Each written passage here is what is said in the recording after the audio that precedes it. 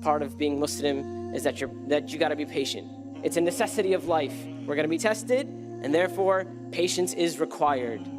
But where do we seek this patience from? Well, the first place we seek patience from is our spirituality, is our connection with our Lord.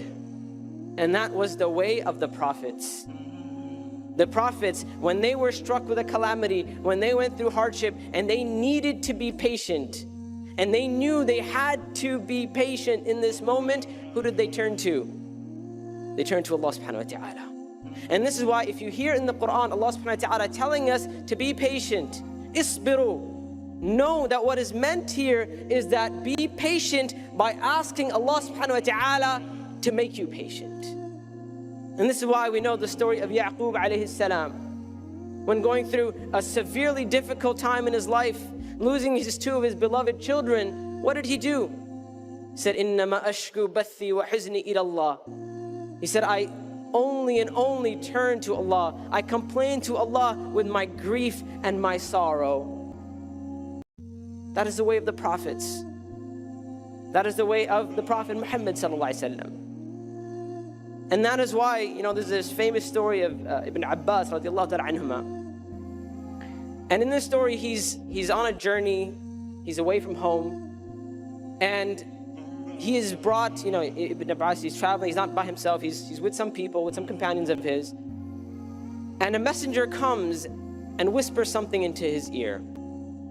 And Ibn Abbas radiallahu ta'ala anhuma, he listens to what he has to say.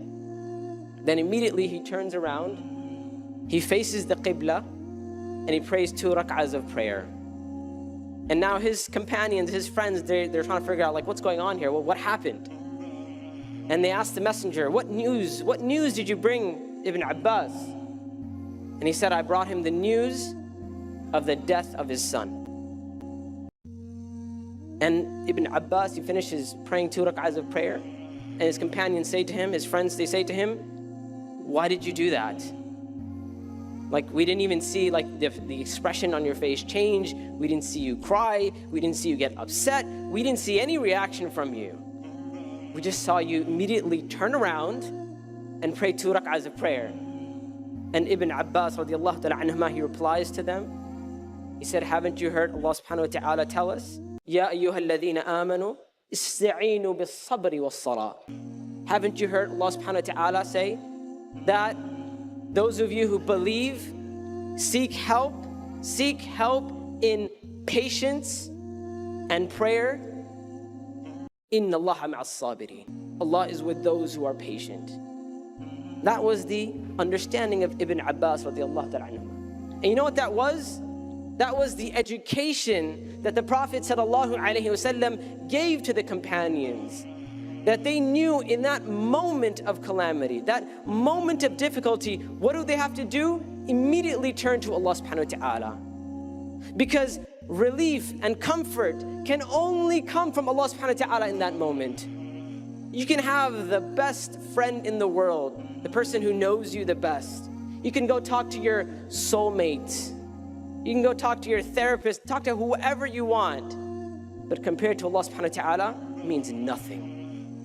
Because the comfort that Allah subhanahu wa ta'ala can bring us in those times, in those moments, it's unparalleled. That was the upbringing that the Prophet gave to the companions of radiallahu ta'ala anhum.